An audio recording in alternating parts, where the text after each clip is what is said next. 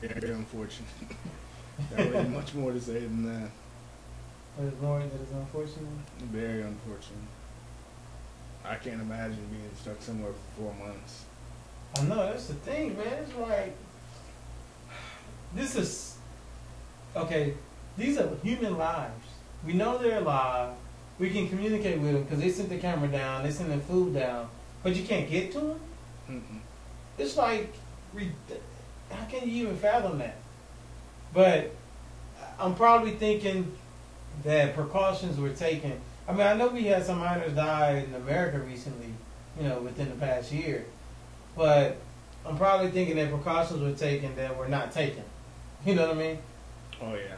So the fact that it collapsed and you couldn't get to them and you felt helpless, or not feel helpless, but basically technology is saying you didn't use technology the best way that you could have because Right. you could have prepared for this. The owners and operators of the mine, that company's in trouble already for safety violations, and then also they're claiming they don't have enough money to pay the miners. What? So on top of that, Man, them boys get out of there without getting paid? Man, they survived that ordeal. And they don't even have a paycheck? That's rough, man. That's rough. I mean, and I hate to say it, but that's why you need to go to school, man. So you don't have to work in the mine. You know? I mean, you would think that it's enough desk jobs, office jobs, jobs that didn't risk your health, your safety, your life for everybody. You would like to, I would like to think that. there's not. Somebody got to do it. Somebody got to do it. You're right. But man, you just eventually you'd have people working in the mines that had a college degree too. Everybody, it'd be mandatory to have a college degree or something, but somebody's got to do it. Yeah, they're not just gonna let them off the hook because they need their job done. That's rough, man. I don't know. I mean, what about better technology? Yeah, I started the time already. I don't know, man. Well, we wish them all the best. And we're gonna keep tabs on them. Keep up with it. I guess that's the same way. I know it's on everybody's mind, and it does sound strange that we can go to the moon, supposedly. Right. We can go to the moon, but like to stop an oil spill, it takes, what was it, 3 or 4, 60 something days, 65 days, and it takes 4 months to get out of here. And it does sound strange, but at the same time, I can see how it's actually possible. Now, I'm not in the mining industry, so I don't actually know the configurations and everything, but they're able to get them food, they're able to actually get telephones down. Some of the guys are actually getting counseling, is what I read. Hot meals is what the video was saying. I guess just the way they're situated, they can't get to them any quicker than that, or the same way they went in. But yeah, because I mean, I guess if you use dynamite as some fast process, you risk collapsing on top of them. I'm sure that has a lot to do with it. Yeah. Right. But here's what I was thinking. Where they are, and there's a tunnel, because there's a tunnel big enough to drive a truck through. Did you see that part of the video? Mm. Just drill down with a truck, that part of the tunnel. Which I'm not saying is right at the surface. But That's going away from the surface, though. I'm saying, like, they're here, and this little, they said it was about the size of a condominium or whatever, an apartment. There's a tunnel. Mm-hmm. And it probably does go deeper. But dig over here, create an entrance in the air, and drop the ladder over there. Like, 50 yards away maybe. Do it fast. But it's still a half mile below the surface. So that might be what they're doing. I don't know how long it takes to drill half a mile. I really don't. But, damn. It's rough, man. Like I said, we wish them the best. So, it's nice to see they're in good spirits, sending messages to their family. In real good shape, considering. Because I know I wouldn't be that stable. Right. They lost 22 pounds already. Is what one of the, well, it was approximating. I guess one of the family was like, yeah, they lost 22 kilos or whatever. So, I mean, they're getting fed about 4 times a day, but no sunlight, no fresh air. And I guess you wonder, whatever hole they're using to send the camera down, to send stuff down to them, can you just make it a little bit larger and pull people out? You know what I mean? I'm thinking. They're communicating with them. They're getting stuff back and forth. What are they sending it in? They wrap it up, and I need to see more. I need to see more because I'm making it too simple. In my mind, I'm not respecting the complexity of it. You know? Right. But it's just a curious mind. I'm just wondering, like, damn. All right. This is the ThreeZo Show. It's Wednesday night, 8:30 to 10:30. I'm your host, ThreeZo. This your host, MC. You can hit us on the text, 281-804-9342. 713-483-4352. And if you're lucky enough to be one of the people we can see on the chat room, you can type something in there too. That's right, yeah. We got 2 different chats going, y'all. Craziness, mayhem. Ustream is doing his own thing. But we're going to make it work. We don't let technology hold us down. So, we just got finished reviewing the miners in Chile. Now we're going to discuss this video I found today.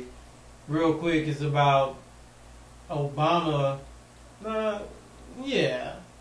It's going to be an Obama moment. We're going to have to add Obama segments to the show every week. Because he just makes so much news. And we know why. It's because he's black. So we just got to do it's because I'm black segment, and it's just going to be about Obama. I mean, it's just a trip. Because every small moment that happens, the media asks a question. So, are they losing faith in Obama? Do they not like Obama anymore? It's so important that the media drive that home. And it's got under my skin to the point that we're going to discuss it. I'm going to show y'all what I'm referring to, and y'all can let me know what you think. Earlier this week, a study was published on the website of the journal Nature of a new treatment that's showing effectiveness in treating the Ebola virus. This, of course, is a very deadly virus endemic to Central Africa that during outbreaks can have an up to 90% fatality rate. Who came up with it? Well, that's what's interesting about this. It was actually developed by a private firm in partnership with the U.S. Army's Medical Research Division. The U.S. Army researches defenses against bioweapons, and they also have some of the only facilities that are secure enough to do experiments on diseases like Ebola. All right, another story that you found for us, for the stories that we missed, also has an Africa tie-in, but at the same time, it's very much tied in to the first family of the United States of America. Right. Back in May, a judge in Boston granted asylum to Zaytouni Onyango, who readers of President Obama's autobiography you may remember as his aunt. He calls her Auntie Zaytouni. And it turns out that the reason she was granted asylum was because of the publicity around the case. He felt that she wouldn't be safe if she returned to Kenya. Now, the Kenyan government, of course, is very insulted by this. The justice minister talked to the media to denounce this decision this week, and he called it a insult to all Kenyans. Well, and Kenya was very proud of President Barack Obama. Is that changing?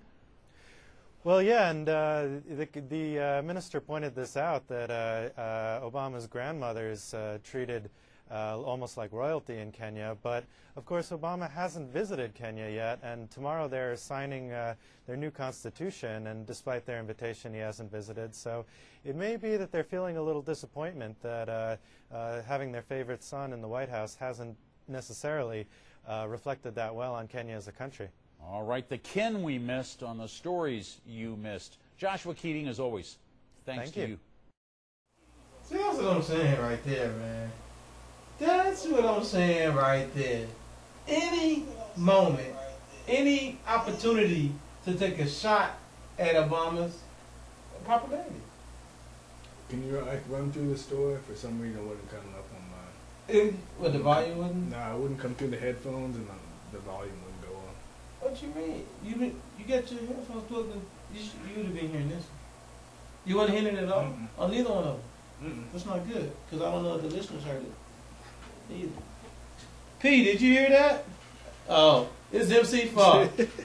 MC scared to stick it in, y'all.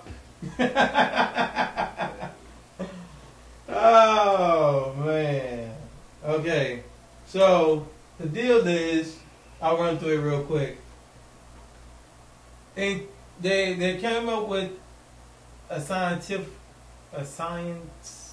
advancement, right, in Kenya. And there was an army, and it's going to help people that's in Kenya.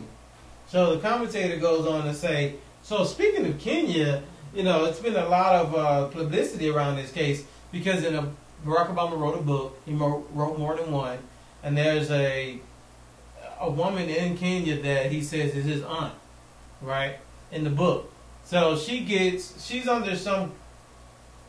in trial. She's on trial for something. And they say, well, we don't think she's going to get a fair trial in Kenya. So she got granted asylum somewhere, right?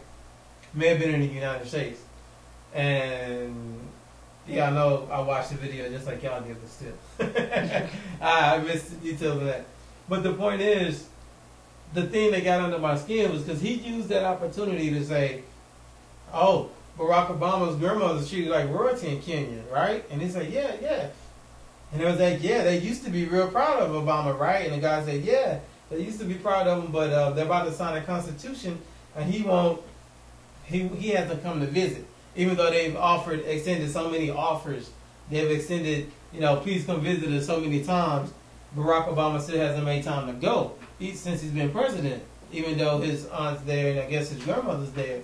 So they may not be so proud of him anymore. That's what they were saying. I'm just like, that's a bunch of crap. It just pissed me off, man.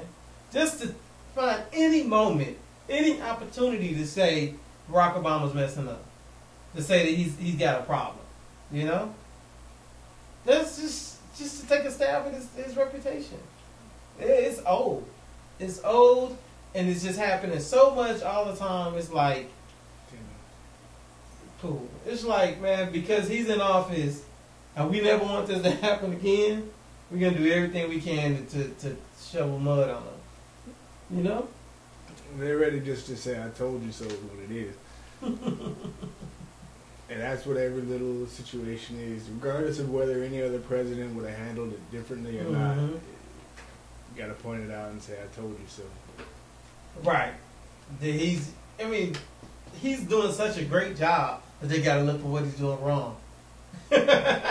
So now this commentator is concerned about Kenya's approval of Obama. That dude don't give a damn about Kenya's approval of Obama, but he's just gonna point it out, Come on, man. But that's the bullshit media for y'all. So I still vote for Barack. So we're gonna get some commentary up. And all the great speeches, this is another one that I didn't even bother pulling up. And all the great speeches Obama did, he messed up this week. He fumbled. He stuttered. So that was on the news. Obama stumbles during speech. He fumbles and blah, blah, blah. Whatever, man. Y'all just some Obama haters. Obama haters. So, alright. We're going to go to what's next. Let's start this over here.